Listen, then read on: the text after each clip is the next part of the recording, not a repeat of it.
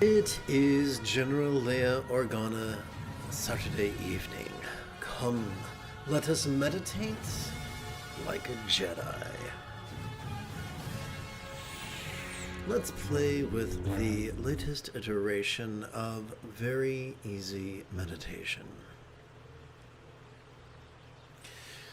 We'll begin with the first of our phases of mindful crease counting meditation. Over the span of 12 inhalations, we could advance our right thumb in the following manner, beginning with our little finger. 1, 2, 3, 4, 5, 6, 7, 8, 9, 10, 11, 12. If we multiply this by 8 sets, we get 96.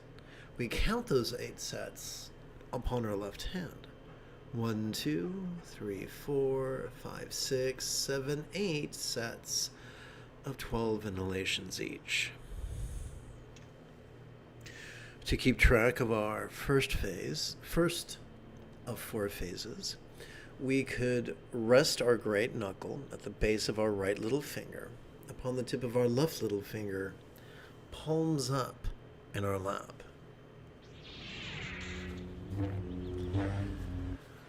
Doing so gently invites our real or imagined subtle energies to coalesce in the bladder region of our lower abdomen.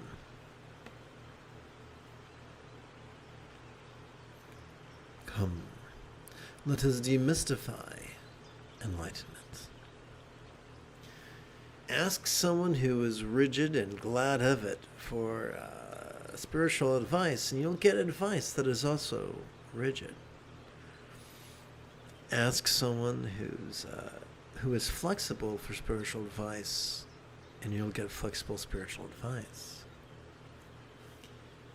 What if enlightenment was not for the few or the special? What if enlightenment was nothing more than getting so good at Gautama Buddha's Eightfold Path, mastering it to such a degree that we practice it spontaneously, habitually, easily, and effectively? In the penultimate passage of the Satipatthana Sutta, the Buddha taught, I should say in the penultimate passage of the Discourse on the 4 Bases of Mindfulness, the Buddha taught that full enlightenment was attainable in as little as 7 days. So here's the trick. Here's how we do it. Play with mindfulness and meditation every 12 hours or so, and the remaining 6 folds of the Buddha's Eightfold Path will play with themselves. No. Will take care of themselves. That was a fun typo, wasn't it? Okay. So, in light of how important the 7th and 8th folds of the Buddha's Eightfold Path are, let's view mindfulness and meditation through the lens of neuroscience after approximately 30 seconds of housekeeping. This is Lama Jigme Gyatso of the Buddha Joy Meditation School. For more than 30 years, I've spent about 8 hours a day, almost every day, studying, practicing, mastering, and reverse engineering the teachings and techniques of each school of meditation so that you would not have to. Welcome, my friends, to Meditate Like a Jedi, which is made possible due to the generosity of viewers just like you.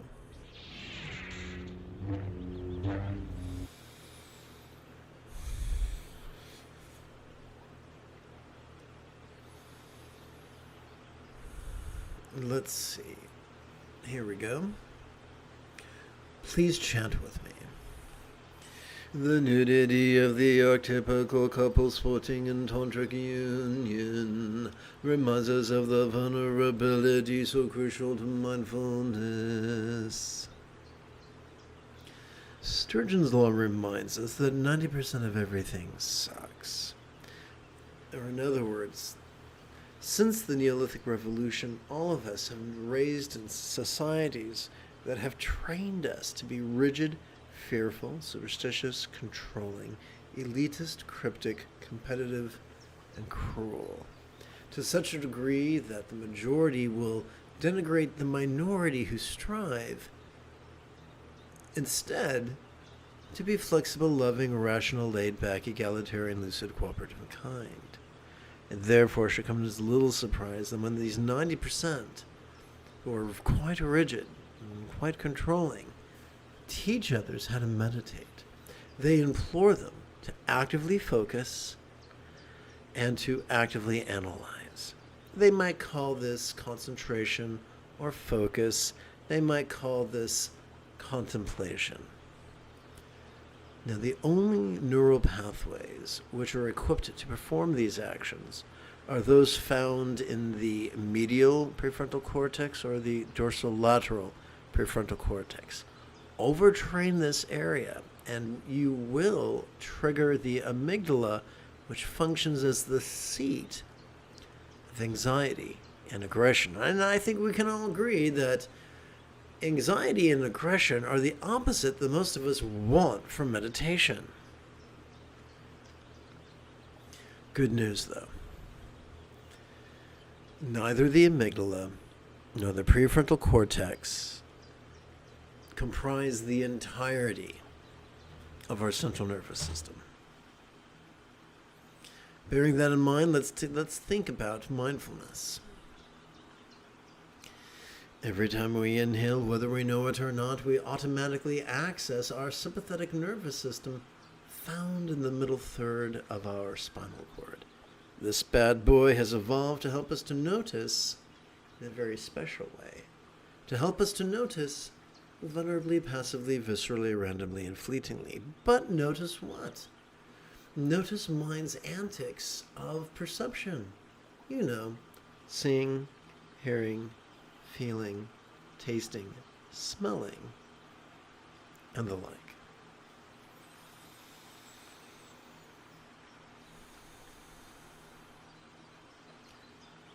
Such as emotion, intention, cognition, recollection, and imagination.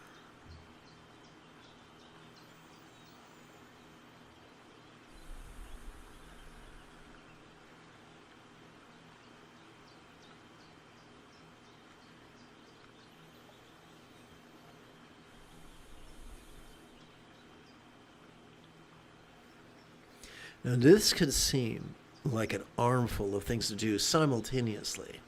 Fortunately, there's an elegant way to do this. When we silently and mentally recite the demonstrative pronoun this during our inhalation, our cerebral cortex is nudged in the direction of cooperating with our sympathetic nervous system. Concisely, here's the essence of meditation.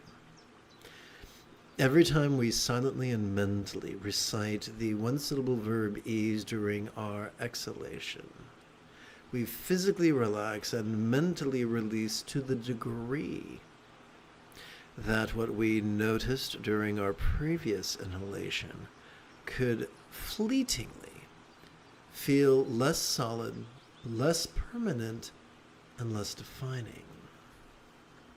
And as I inferred a few moments ago, simply playing with mindfulness and meditation every 12 hours or so give birth or strengthen our understanding of emptiness, or the understanding of emptiness that supports release.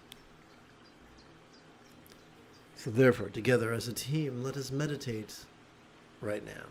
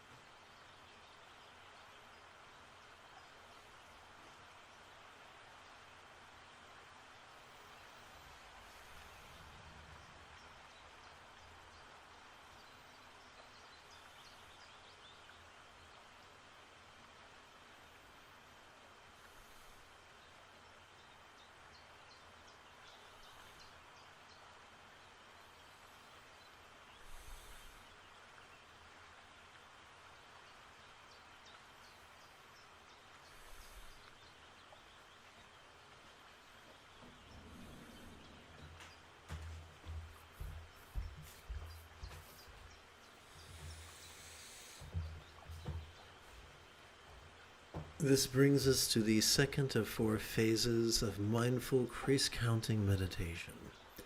Over the span of 12 inhalations, we could advance our right thumb in the following manner, beginning with our little finger. 1, 2, 3, 4, 5, 6, 7, 8, 9, 10, 11, 12. Multiply this by 8 sets, and that'll give you 96. We can count those 8 sets on our left hand. 1, 2, 3, 4, 5, 6, 7, 8 sets of 12 inhalations each. Since this is our second phase, we can keep track of that by resting the great knuckle at the base of our right ring finger upon the tip of our left ring finger, palms up in our lap. Doing so could gently invite our real or imagined subtle energies to coalesce in the navel region of our mid-abdomen. Please chant with me. The translucence of the archetype of all good father and mother depicted in paintings reminds us of meditation's experience of impermanence and non-graspability. So let us review. What is the essence of mindfulness? Silently and mentally reciting the demonstrative pronoun this during our inhalation, thus helping us to vulnerably, passively, viscerally, randomly, and fleetingly notice mind's antics of perception, emotion, intention, cognition, recollection, and imagination. Now, let's take a deeper dive into meditation. Every time we exhale, whether we know it or... let's try that again. Every time we exhale, whether we know it or not, we are wired to automatically access our parasympathetic nervous system divided between the lower third and the upper third of our spinal cord. This parasympathetic nervous system has evolved to support both physical relaxation as well as mental release.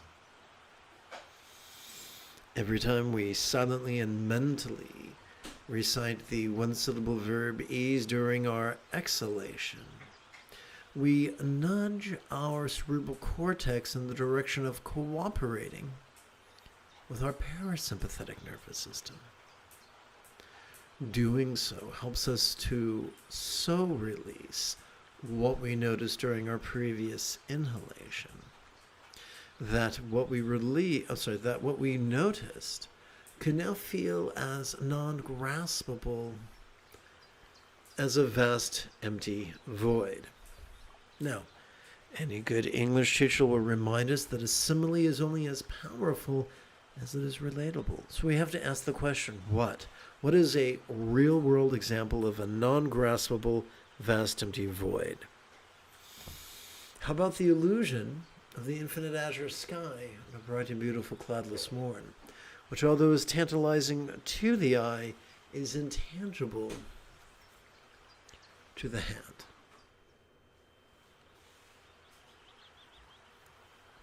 And as I mentioned previously, by simply playing with mindfulness and meditation every 12 hours or so, we become grounded in the figurative emptiness that supports our mental release. Now that we've demystified emptiness, come, let us meditate together.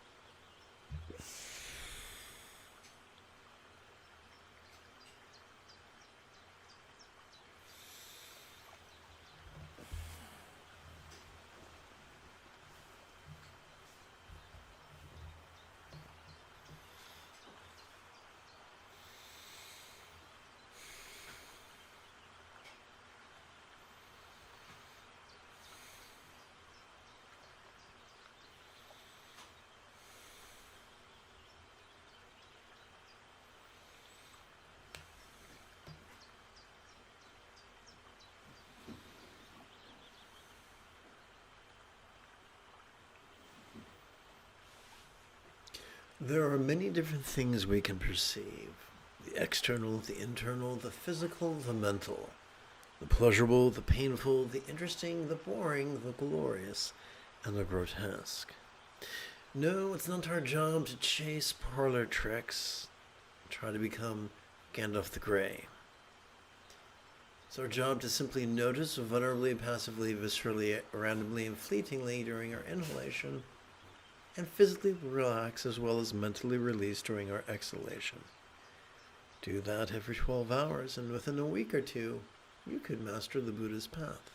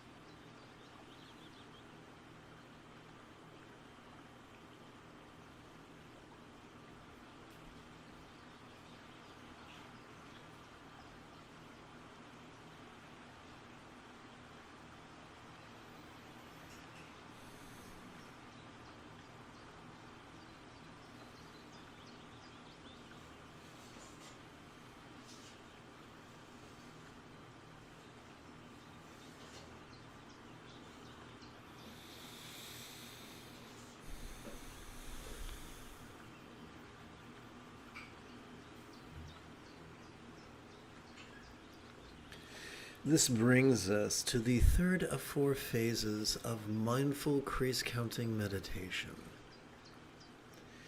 Over the span of 12 inhalations, we could advance our thumb in the following manner, beginning with our little finger. 1, 2, 3, 4, 5, 6, 7, 8, 9, 10, 11, 12. Multiply this by 8 sets, and you'll have 96. We could count those 8 sets in our left hand. 1, 2, 3, 4, 5, 6, 7, 8 sets of 12 inhalations each. Since this is our third phase, we could keep track by resting the great knuckle at the base of our right middle finger upon the tip of our left middle finger, palms up in our lap. Doing so could gently invite our real or imagined subtle energies to coalesce in the heart region of our chest. Please chant with me. The beauty of the Arctic sky blue kuntu zongpo and cloud white kuntu zongpo yum yum reminds us of the highest love, spontaneous and uncontrived.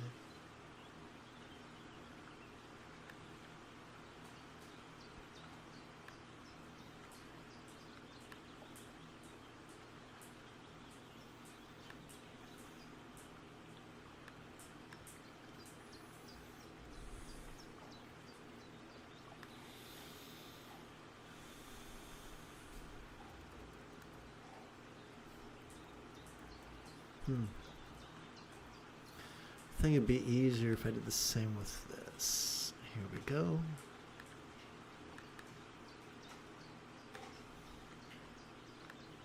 Okay.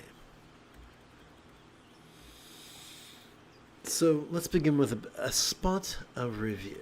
Well, let's do this backwards. Many people who have been taught to actively focus and actively analyze, if they are self-aware, can sense that they are growing, that in anxiety and aggression, whose seat is their amygdala. Many people try to fight fire with fire and remedy the side effects of active concentration and active analysis with more concentration and analysis, this time focusing on love. Focusing and analyzing love. But sadly, this just exacerbates the anxiety and aggression whose seat is their amygdala. Enter mindfulness and meditation. Every time we silently and mentally recite the demonstrative pronoun this during our inhalation, thanks to our sympathetic nervous system, we are wired to vulnerably, passively, viscerally, randomly, and fleetingly notice mind's antics of perception, emotion, intention, cognition, recollection, and imagination. Every time we silently and mentally recite the one-syllable verb ease during our exhalation, thanks to our parasympathetic nervous system, we can find ourselves physically relaxing and mentally releasing, including releasing the tyranny or the control that our anxiety and aggression can have over our choices and utterances and deeds.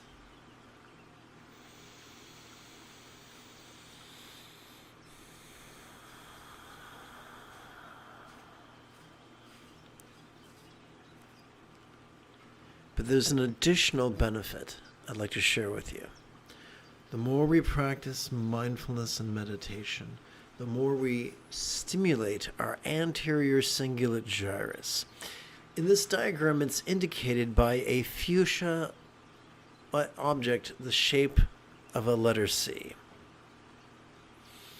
This bad boy functions as the hub of our mirror neurons, the seat of empathy, which is the root of compassion and love. This is exactly why the late Tugul Tundup insisted that focus and analysis are only ever capable of providing us with an analog of empathy, flaccid and pale. However, the highest love is the spontaneous, uncontrived, and effortless byproduct of mindfulness and meditation, and can drive us in the direction of kind intention, kind communication, kind conduct, and commerce that is as cooperative as it is kind. This helps us to effortlessly accomplish 50% of the Buddha's Eightfold Path. Together as a team, let's meditate right now. The moment you have a specific question about Buddhist chanting, Buddhist meditation, or Buddhist philosophy, do not hesitate. Immediately type your question in great detail in the chat window.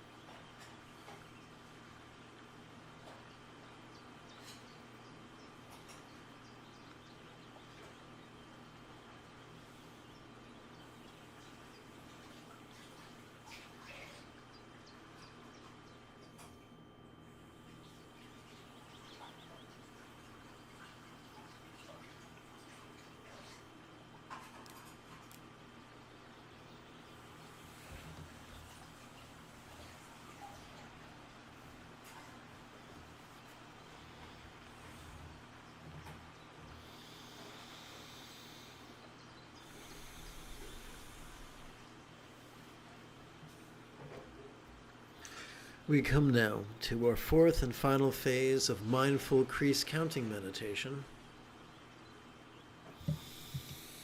Over the span of 12 inhalations, we can advance our right thumb in the following manner, beginning with our little finger. 1, 2, 3, 4, 5, 6, 7, 8, 9, 10, 11, 12. Multiply this by 8 sets and you've got 96.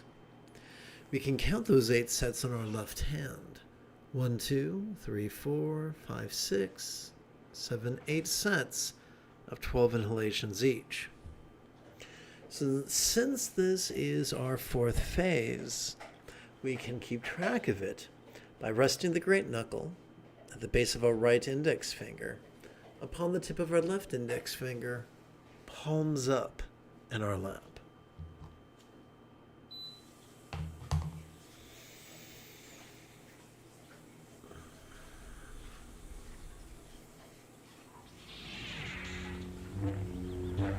Doing so could gently invite our real or imagined subtle energies to coalesce in the crown of our head.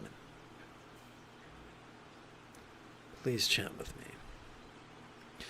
The stability with which the archetype's guide blue Samanta Bandra sits, and the abandon with which cloud-white Samanta Bandari sports, remind us of the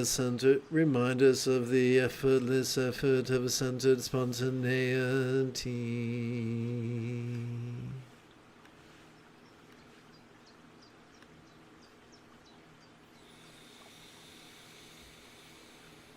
So, quick review. By silently and mentally reciting the demonstrative pronoun this during our inhalation,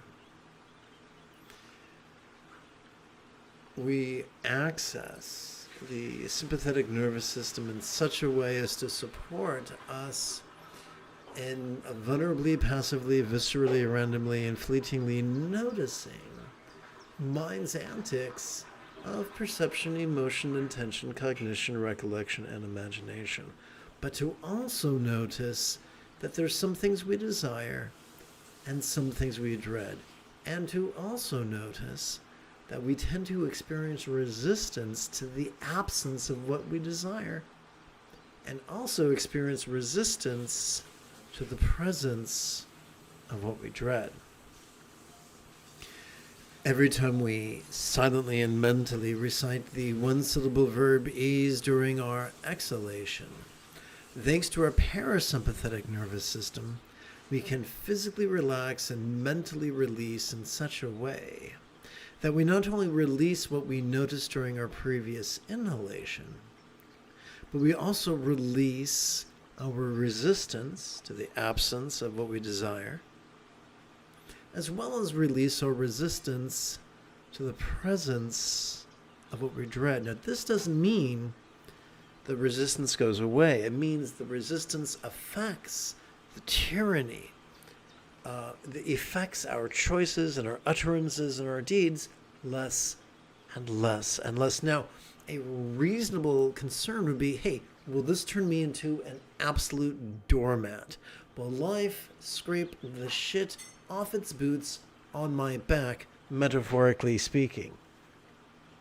That is it. So this is a great time to explore that a great fringe benefit of mindfulness and meditation is that we begin to flow. We begin to notice that our choices and our utterances and our deeds flow from the effortless effort of love's centered spontaneity. No. Not at the scattered spontaneity that we can taste of after our fourth or fifth espresso, but the centered spontaneity that is the byproduct of practicing mindfulness and meditation every 12 hours or so. A nickname for this would be going with the flow or surfing our Buddha nature. Buddha nature is just a charming Iron Age way of describing the fact that we have a physiology that supports spirituality. now in our digital age, thanks to imaging technologies such as the functional magnetic resonance imaging machine, where we observe that our sympathetic nervous system supports mindfulness, our parasympathetic nervous system supports meditation, and our anterior cingulate gyrus supports empathy. Most every human is already wired to not only practice the Buddha's Eightfold Path, but master it. So together as a team, let us practice mindfulness and meditation right now.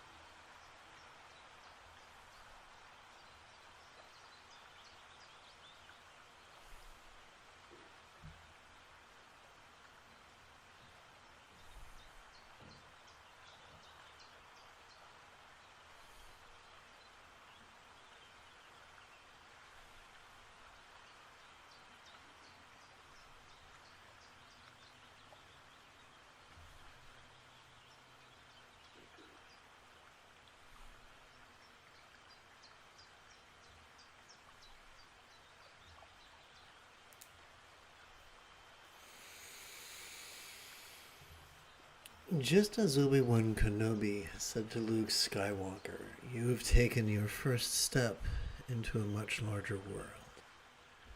If you feel that I have earned it, you could give this live stream a thumbs up. And even help support this channel.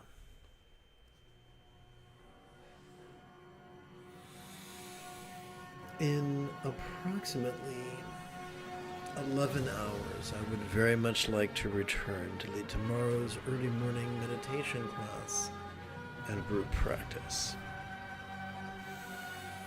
And if you are as geeky as me, may the Force be with you always.